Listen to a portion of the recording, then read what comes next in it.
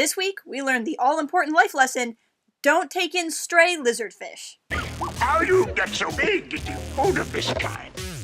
Alright, hello there, we are back. We are talking about Star Wars Resistance. I'm so excited. I didn't know it was going to be coming back in January when we just recently got the mid-season finale. This is going to be a spoiler review of the episode Bibo, so if you haven't seen the episode yet, I highly recommend you wait and watch the episode for yourself and then come back. But if you have, let's just kind of dive into the story and get going. As far as kind of mid-season openers go, I have the same opinion of it that I had of the mid-season finale, which was it didn't really feel like an open in the same way the finale didn't feel like a finale.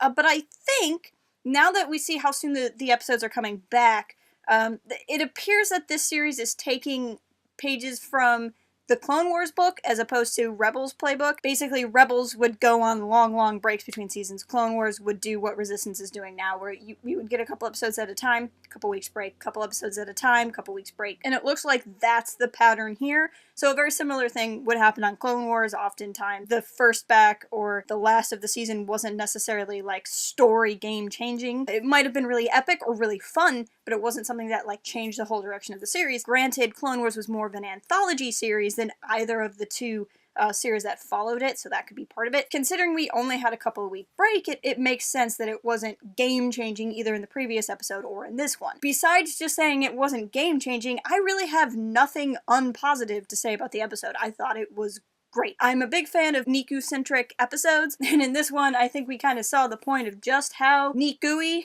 Neeku can get. Basically what happens is he finds this kind of weird fish lizard that Sonara accidentally fished up when she was doing some salvaging, and he decides he wants to keep it as a pet even though it's causing all these problems, even though it smells really bad, and it's just, he falls instantly in love with it and he wants to keep it forever. While all of this goes on, there's actually a subplot where Sonara has talked to her boss and has figured out that Poe and Kaz were the two that rescued her from the freighter they found her on, and that they are working for the Resistance. So now what we have is a pirate spy and a Resistance spy, and the pirate spy is now aware of the Resistance spy, but the Resistance spy is not aware of the pirate spy, and so now there's a bunch of spy games going on. I really liked, actually, that she seems to have some interest in the Fireball crew. I think less out of the goodness of her heart at this point, and more because she's just trying to keep friends on the station. Now, I don't say that to negate the possibility of becoming a good person arc for Sonara,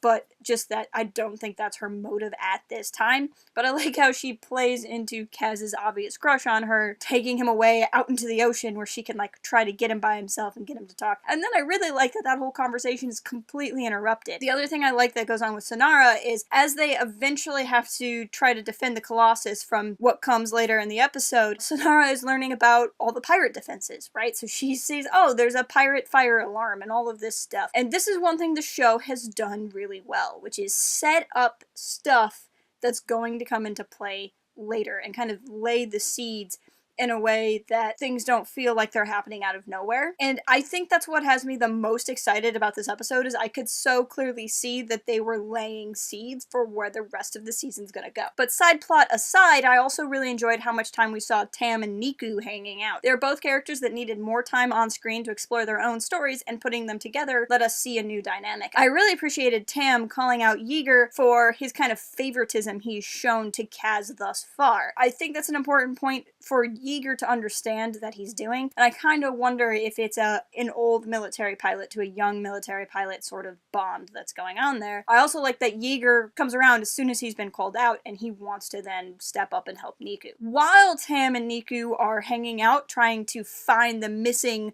lizard fish, they bump into the children of Tahar. Now, a couple interesting things happen here. One, I find it interesting that Tam has no idea who they are. So that kind of tells us that as much as Neeku and Kaz and Tam are all friends, they're not really communicating about each of the individual missions to each other. The biggest thing is that the girl of the sibling pair, she was having dreams. She was having prophetic dreams. So she knew that the lizardfish was coming, and she uses the word omen, and that something bad is happening. Now, I've already been talking to a couple of different people online, and the kind of running theory is that she might be force sensitive. If she's force sensitive, it might explain why Kylo Ren attacked their village. Maybe he was looking looking for more Force-sensitive children for the First Order, or to wipe out Force-sensitive children so they couldn't stand against the First Order. Alternatively, she could be Force-sensitive in the way that Maz or Chirrut are, in that they're not necessarily like actively Force-sensitive where they're going to become a Jedi or a Sith or what have you, but rather they're just kind of feelers of the Force. There's also a lot of theories that the planet we saw in the mid-season trailer is going to have a lot of relevance to Luke's Jedi Order. It's filling in a lot of conspiracy webs for a lot of different people, basically. Now, she does say that Bibo is an omen of some kind of attack to come, and within the context of just that episode, it could seem like she's predicting the Kraken that is to come.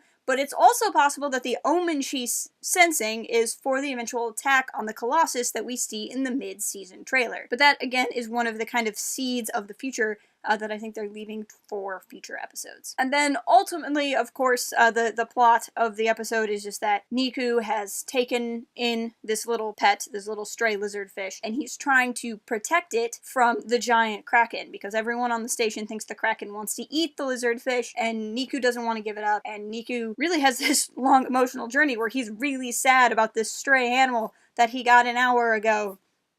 And then it causes him to kind of have this bonding moment with Tam. And we see a lot of the kind of regulars on the Colossus, including Jace, who show up and are like, hey, you should give away the lizard fish. And that's one of those things that the show's been doing really well, where the station feels really big, and it feels like this whole city worth of people, and yet they keep bringing in the same extras, so you really feel like you know the Colossus as well as anybody else would. Ultimately, Neeku's the one that figures out that the Kraken is not trying to eat Bibo. The Kraken is the parent of Bibo, and the Kraken has just come to get its child back. So Neeku bravely goes out on the platform and gives back his pet. They have an emotional moment before separating. Now, what I think is important here is, I'm just guessing, pure speculation, that when the Colossus eventually comes under attack later in the season, that all of this was to set up the Kraken actually coming back to help defend the station in some way. I think it would be very much within the MO of this series to have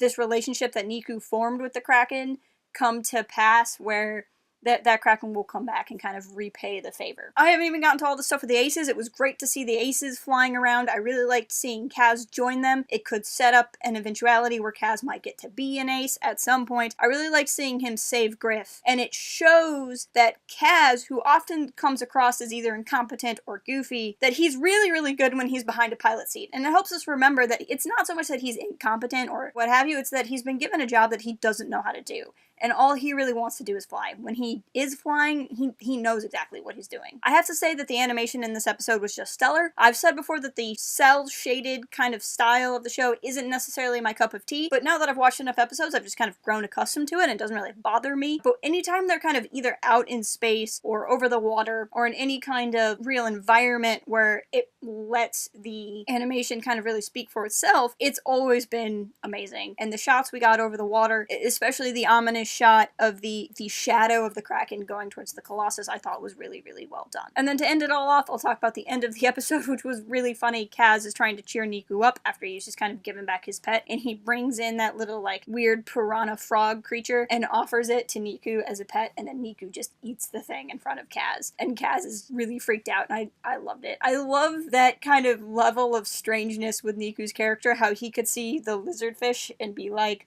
friend, and then see the piranha fish, or the piranha frog, and be like, food. But please, let me know what you thought about this episode. I know I, for one, am really excited about what's to come in this season. Let me know what you are most excited about. If you're not already, follow us on all the things. We have a Twitter account. We have port-haven.com, our blog site. We have started an Instagram, and we have a Discord server. So I would love to interact with you guys on any of those platforms. And until next time, keep it real and fly casual. Cooking candy sauce.